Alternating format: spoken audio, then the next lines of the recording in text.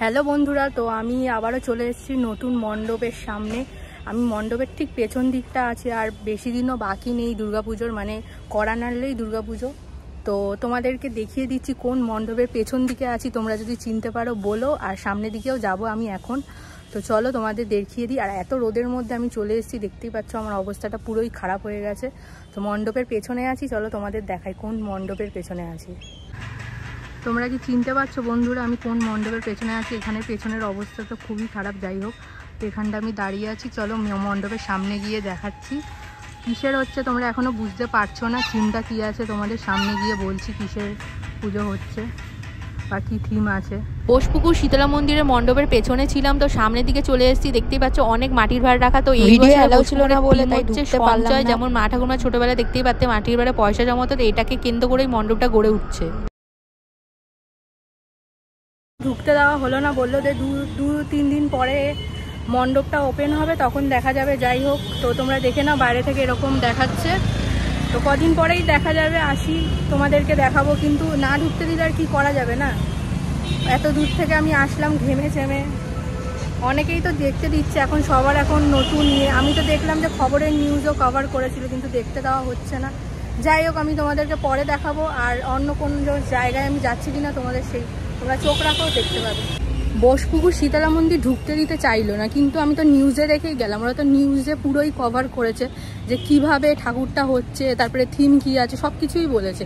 কিন্তু না ঢুকতে দেওয়ার কারণটা আমি বুঝতেই পারলাম না। সবাই তো জেনেই গেছে, নিউজ তো সবাই দেখছে না। যাই হোক, তো আমি রাজডাঙ্গা নবপল্লীর পুজোর সামনে যাচ্ছি, তো তোমাদের গিয়ে দেখাচ্ছি, তোমরা থাকো সঙ্গে।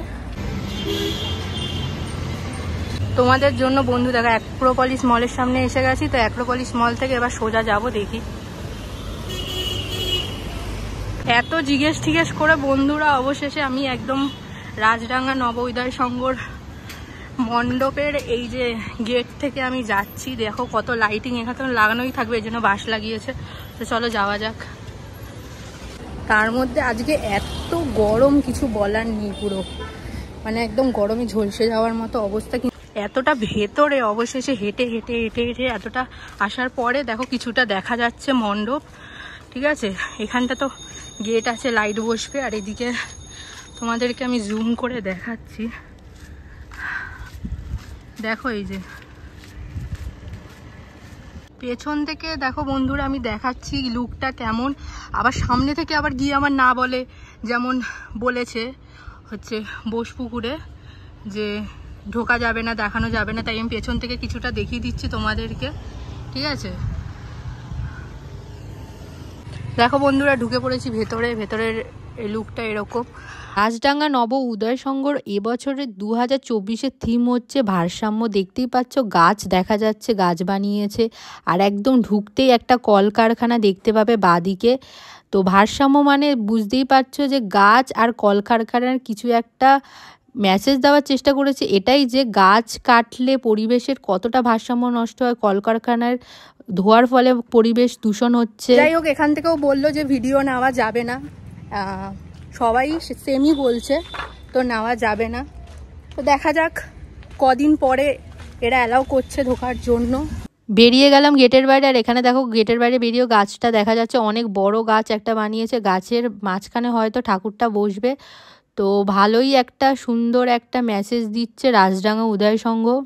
একটা সুন্দর সিনেমেটিক শটের সাহায্যে দেখাচ্ছি, দেখো তোমরা কেমন লাগছে।